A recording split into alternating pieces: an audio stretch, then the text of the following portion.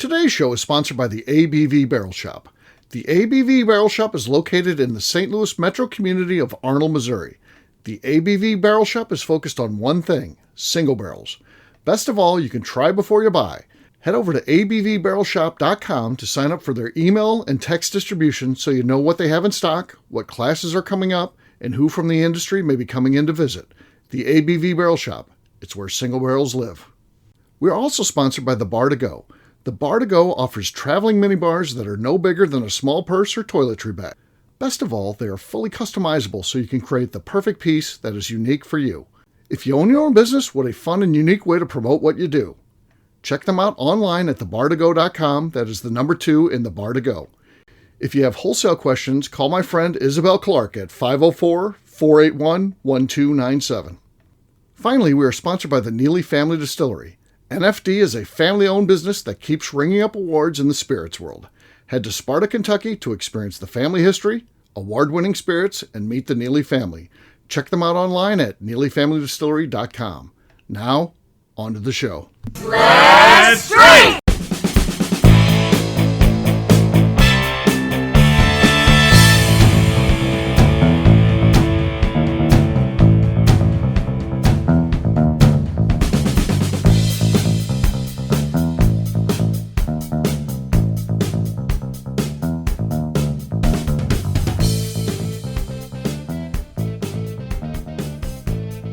Welcome to the Bourbon Daily, the podcast about everything bourbon delivered to you every day of the week. Today we have a special show from the ABV Barrel Shop where Darren and I are sitting at the tasting bar getting ready to retry All Nations, a new product from Garrard County Distilling. My name's Steve Akeley, joined by Darren McCroy. What's up, Darren? Nothing, Steve. What's up with you? Not much, man. So yeah, this is an interesting one. I think Garrard County is somebody that, in terms of a distillery, people don't know a whole lot about, right? Yeah, I didn't know much about him either. I learned a lot in the last 30 minutes since we started talking about him. So. Absolutely. We got a little bit of back information available through the Bourbon Show. So that show was a couple months ago, but you can look through the archives over at abvnetwork.com, click on the Bourbon Show, and under shows, and you will be able to find that there and find out a little bit about them. I mean, I guess the best way to describe them is kind of at least a smaller version of MGP at this point. Who knows what their future holds, but right now they're looking at providing services to companies that look to outsource their distilling, and then, of course, they're going to have their own brands as well, like our All Nations that we're going to be trying today. So that's the best way to kind of describe a little bit about who they are. We'll talk about the whiskey after the break. For right now, though, Darren, there's something you said you want to talk about. What is that? So I think I already know the answer to this question, so I have a follow-up after we get the first answer, because I'm pretty sure I know your answer to this. Okay. Have you ever been ice fishing? Would you ever go ice fishing? I have never been, but yes, I would like to go. Okay. I would have no issue with that. I'd be a catch and release guy. I don't really like to. I wouldn't want to be involved in the killing and the gutting of the fish. That's not my thing. Not that I'm against that stuff. I just personally don't want to do it. I thought the ice was going to be against you. So no. I the cold's against me. I don't like the cold, but I understand that stuff's not too bad. You bundle up appropriately. You get a little hut. Some of them even you're fishing out of a hut. So yeah, I'm okay with this. The concept, I think, in general. So I've always been fascinated by ice fishing because that's not something we can do here, right? Like we do not live in the right place for this. Correct. And I had a friend at Mizzou that went ice fishing all the time, and like more than he went regular fishing, and was like, "Oh, regular fishing's boring compared to ice fishing." Because apparently, like once you get the hole set up, you can sit there and do whatever you want, right? Eat, cook, and. But the thing that I think is truly crazy. Would you, because people drive onto the middle of these lakes. Oh, scary stuff to me. Yeah, I think I would go with an expert that would drive. Yes. And then I would be down. I don't think I would want to. Because you can Google it, and obviously many of the cars do fall through at some point. So there's it's a calculated risk, I guess, but there is an X number of cars that fall through the ice every year from people who aren't experts that are doing this. Yeah. Stuff. So, yeah. And it is wild to me to think, how do you drive on a frozen lake? Like, I know there's nothing to hit, but I still feel like you're going to lose control more than I would like to. You would think, yeah. Yeah, so that's wild to think about.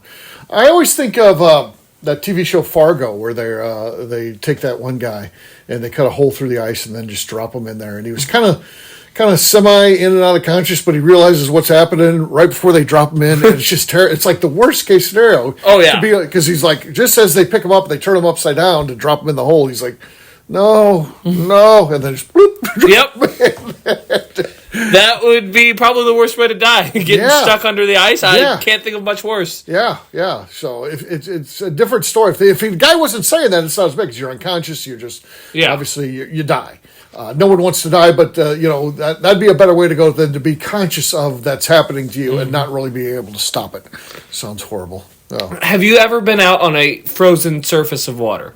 Yes, there's a lake behind my house, and we haven't had it freeze for years. And I'm older now; I wouldn't go out there.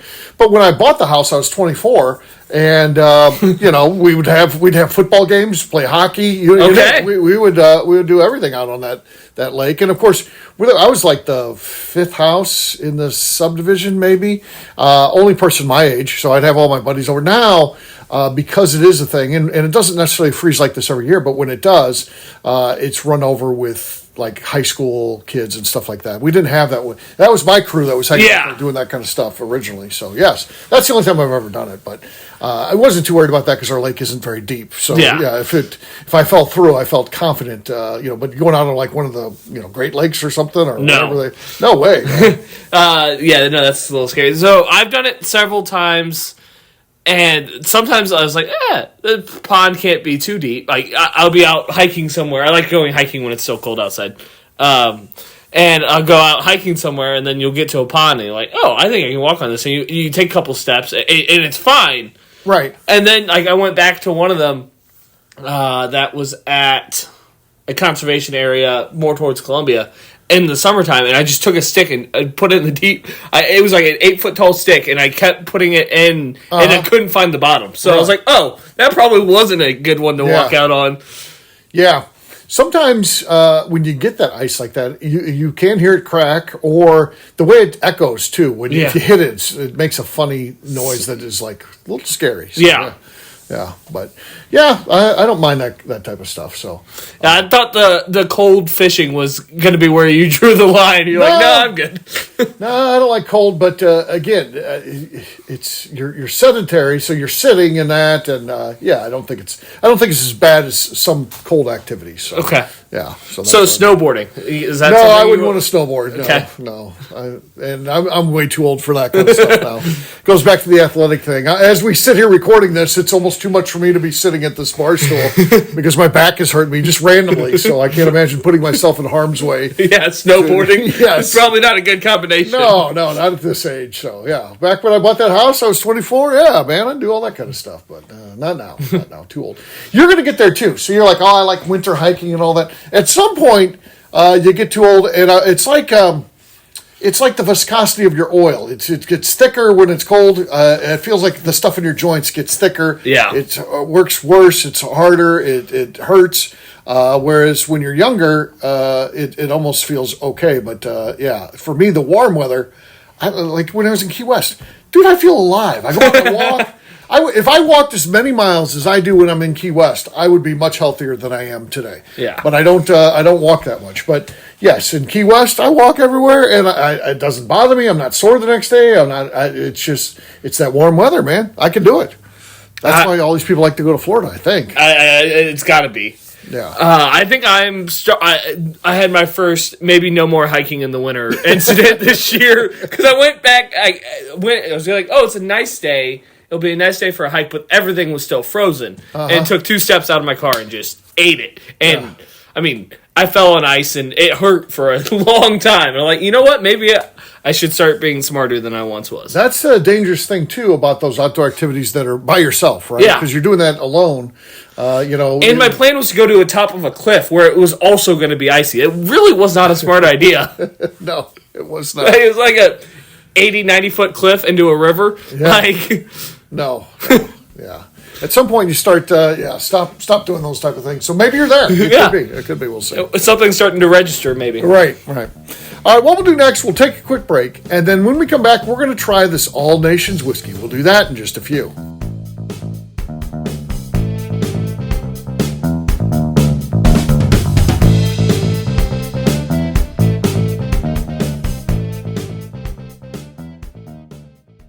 Okay, let's talk about the people that make these shows happen. First up is the Stave and Thief Society. Via their in-person class at Moonshine University in Louisville, Kentucky, the Stave and Thief Society is the place where you, a bourbon enthusiast, can expand your knowledge and emerge an executive bourbon steward.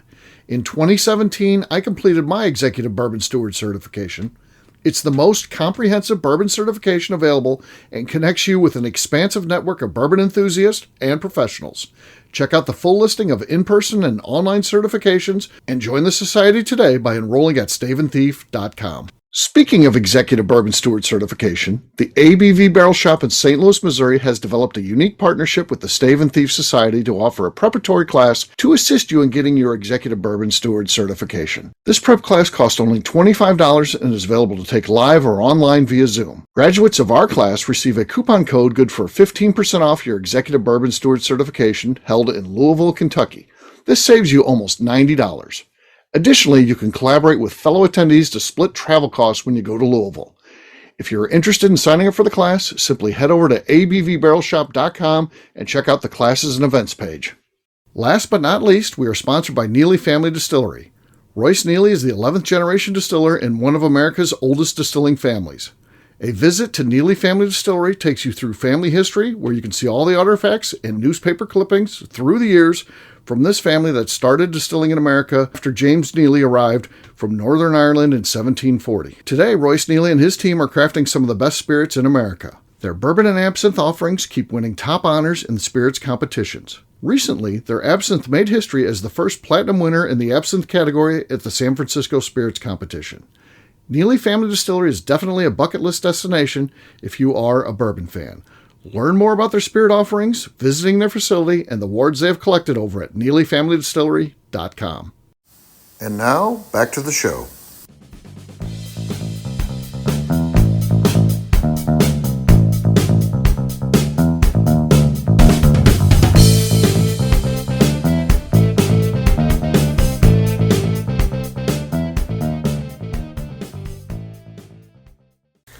It's JP Knobloch. I have nice hair. On the ABV Bourbon Daily Show. All right, everybody, welcome back. While we were pouring there, it had some customers come in, so you never know when that's going to happen, and that was pretty cool.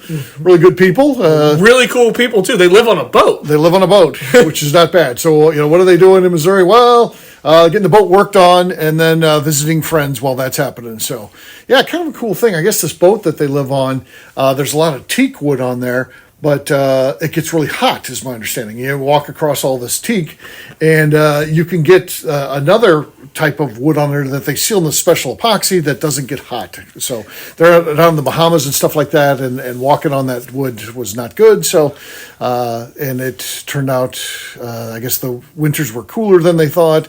And a project that should have taken 2 weeks is like 4 months into it now. Yeah. So they've been out doing some visiting and things. So, but really, really, really nice folks. So yeah, and that's just one of those things. They come to us from seeing us on Bruzel. Yeah. So traveling around on their boat, vacationing, living a nice retired life, but still interested in American whiskey, and then see that, and then put us on the list. And then I guess he's got a Navy buddy here and say, listen, I don't know how much we play into him being here, or it could be one of those things like, hey, I got my buddy that lives here.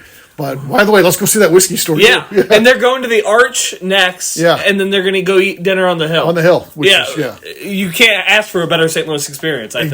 Exactly. So very cool. So back to our whiskey. So we've got All Nations. What can you tell us about this, Darren? So All Nations is a blended product. We'll get to where it is sourced from. Okay. So it is 96 proof. Coming in at $39.99 suggested retail price. That's a great price for sure. And it's a blend of 5 to 7 year old bourbons. Okay. And this was aged in number 4 char barrels. Okay. And then the barrels are from Claremont, Danville, Owensboro, and Boston. Okay. So that's Kentucky for all of those correct, places. Correct. So we know a lot without knowing anything there, right? I mean, we can assume Claremont and Boston are Beam barrels. Yes. They've got 2 distilleries in there out of their 3 distilleries that they have. So 2 out of the 3 represented there. Owensboro is probably Green River. Probably who would be Green sourcing River. from Yep, Owensboro. that makes sense, and the age also lines up with that. They've been in business 10 years now or something. Yeah. I'd say. So that makes sense. And then the last one was, where was the other one? Danville. So that's Wilderness Trail. Also makes sense. So Yeah. So sounds like they're sourcing from some good places. But how does this blend taste? Yeah. That's the key. So cheers, buddy. Let's see what we got here. Ooh, the nose is very nice. Yeah, very classic bourbon notes on the nose. I mean, and everything we're looking for, the caramels, sweets. I would say, if anything, maybe a little fruity on the nose. So it's good. Let's taste it.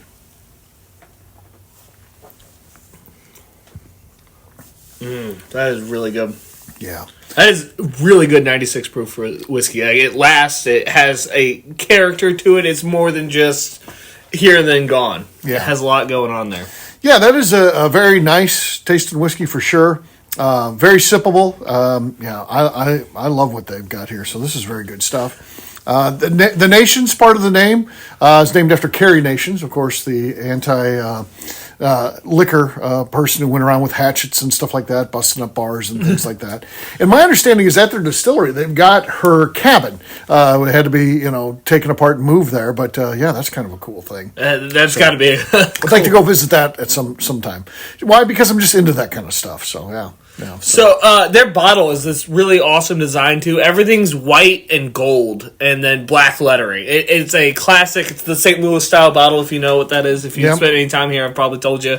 Nice thick cork. It really catches your eye for being such a clean presentation. Very simple looking. Almost, because it's simple looking, almost looks like a vintage era.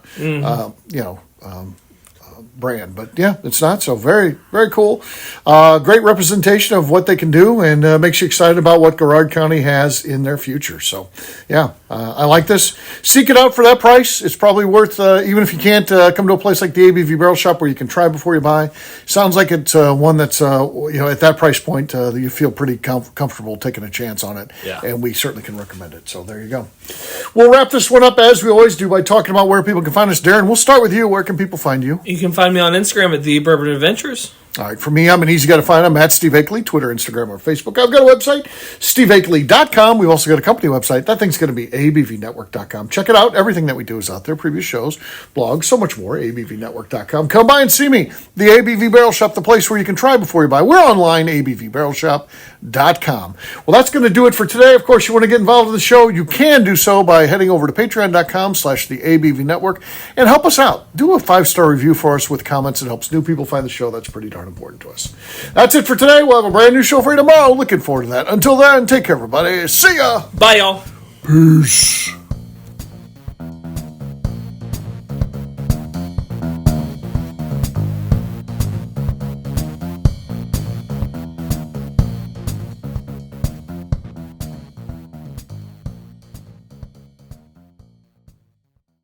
Before we let you go, let's talk about one last thing. The ABV Barrel Shop in the St. Louis community of Arnold, Missouri. The ABV Barrel Shop is focused on a couple of things. First of all, single barrels. We are the place where single barrels live. We go to distilleries, taste through the whiskey, select the best barrel, and have it shipped to our store where we present it to you, our customers, by allowing you to try before you buy. We're also known for the classes that we have in our education center in the store, as well as the events we have with industry professionals from the bourbon business. If you are in the St. Louis area, please come by and visit us at 6 Fox Valley Center in Arnold, Missouri. Or at a minimum, at least sign up for our email and text distribution so you know exactly what's going on in our shop over at abvbarrelshop.com. This is Steve Akeley, owner of the ABV Network, signing off. We thank you for listening to our programming and truly appreciate your support. The Bourbon Daily is part of the ABV Network. For more information or to become a sponsor, please visit abvnetwork.com. Thanks for listening and cheers. This has been a Steve Akeley production.